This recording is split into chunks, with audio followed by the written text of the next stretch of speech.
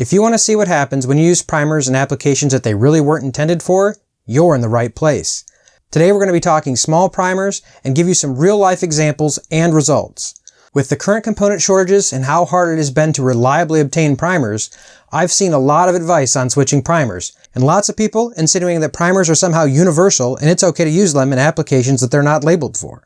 In today's video, we're going to be putting this advice to the test. While I'm all for everyone being responsible for their own reloading practices, I encourage you not to do anything that we're going to discuss in today's video. Whenever possible, use the correct components for the application that they're intended to be used for. Now to be clear, I am well aware of the video that Supervel did on universal primer usage in 9mm. If you haven't seen it, it's worth watching, and overall, I think it's a pretty good video. It very clearly showed the results that they got when they were using various types of primers for 9mm, and they all worked great.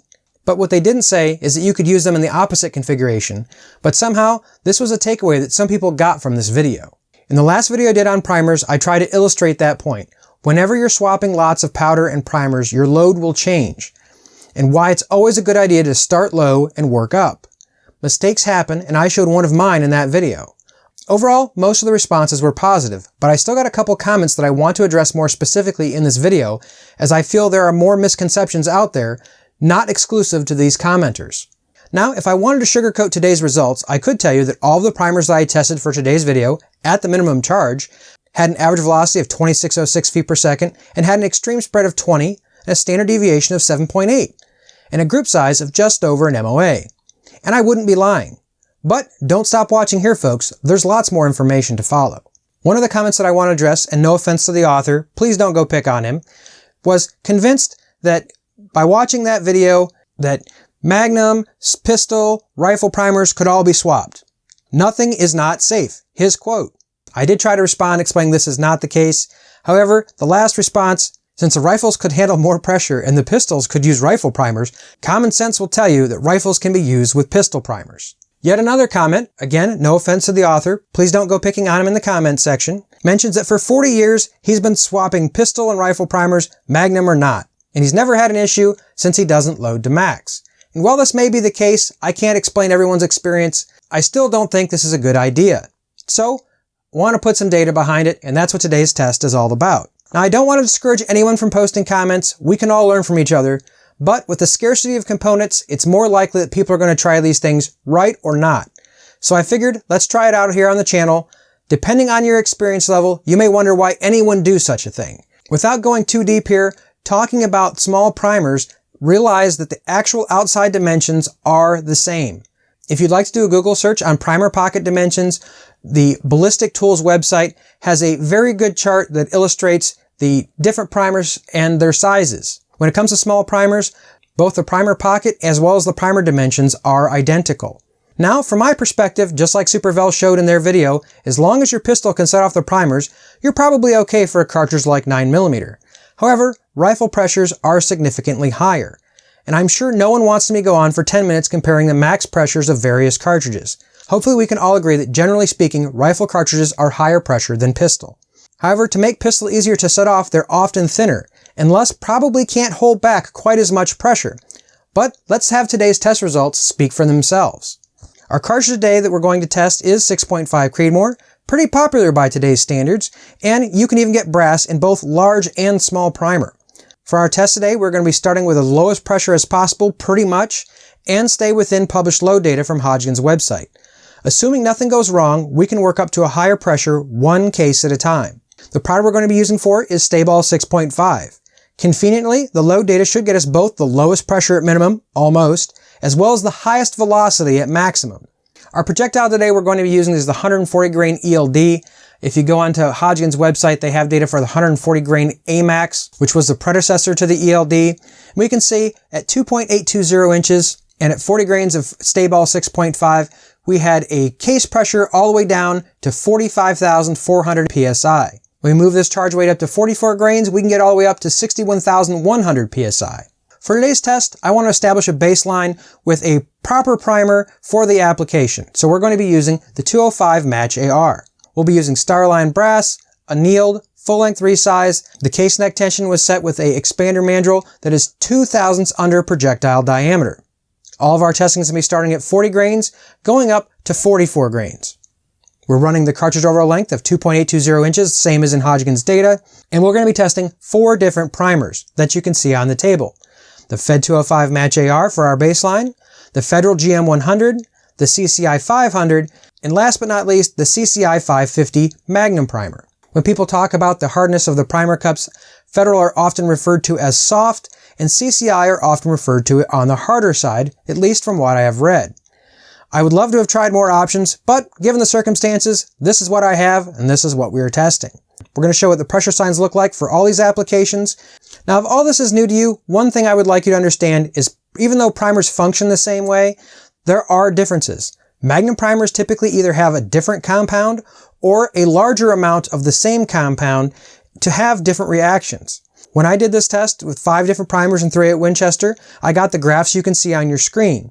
All of the powder weights were exactly the same with the same lot of brass. Everything was identical, except we did it with 5 different primers. Some of the primers had a more even velocity response, where some of the other primers had a more erratic response.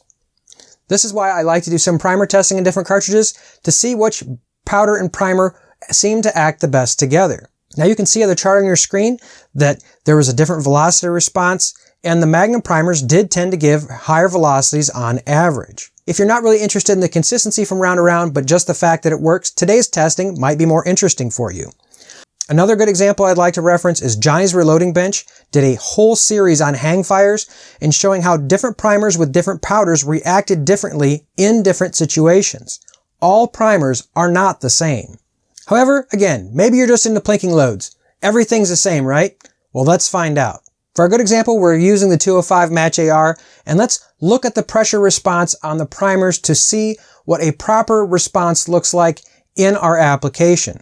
We had 2 rounds at 40 grains, and then we're stepping up in small increments, and we had 19 cases we tried in all the way to 44 grains. The charge weights are written on the case, and we can see there's a small amount of cratering, but very, very little, and what I would call very normal for this particular rifle.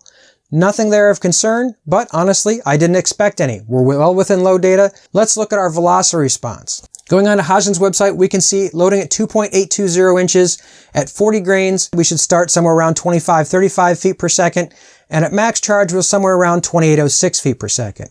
But one key point in this data you need to look at is this is with a 24-inch barrel.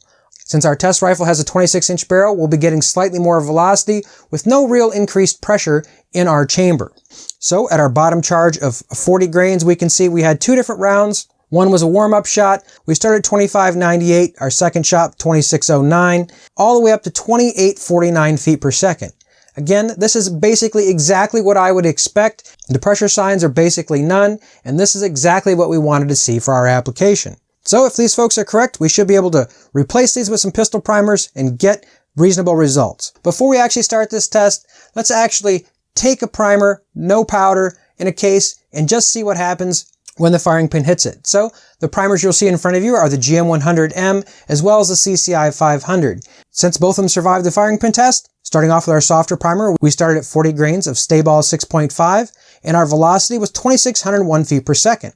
I would love to show you a velocity chart, but it would only have 1 point because right out of the gate, we popped a primer. So again, minimum charge weight, 2600 feet per second, almost identical to what we got with our other load. But unfortunately, I wouldn't call this safe. Not quite so interchangeable as we might be hoping for. But more opportunities down the line. CCI 500 should be a little bit harder, at least that's what we hear, right? Let's put it to a test. Our starting velocity with the CCI 500 is 2608 feet per second. But unfortunately, even though it doesn't fail as spectacularly as the primer failed with the GM100, at the minimum charge, it still fails. But have no fear, we still have one more option to test, the CCI 550. It is a Magnum primer, and frankly, I do expect a little bit more from it. When we tested our CCI 550, we can see we started off at 2618 feet per second, and at 42.5 grains, we got all the way to 2728 feet per second. So we got some data points here, but the quick among you have picked up that there are only 6 data points on this chart, whereas if it would have finished out the test, there would have been 10. If we look at the fired cases, we can see the primers are showing excessive pressure just about right out of the gate. We popped our first primer at 42.5 grains. Certainly above our minimum at 41.0, but nowhere close to the 44 grains. I would have loved to do a pressure chart with my quick load software, but unfortunately this powder is not included, at least in my version. Looking very close at those primers, we can see that we probably should have stopped way sooner. The response we got from the primer at 41 grains would have been enough that under normal circumstances, I would have pulled the rest of the test units and not went any further, but I knew you guys would want to see. I'm sure there are cases where this has been done with some success, but it's not for me, that's for sure.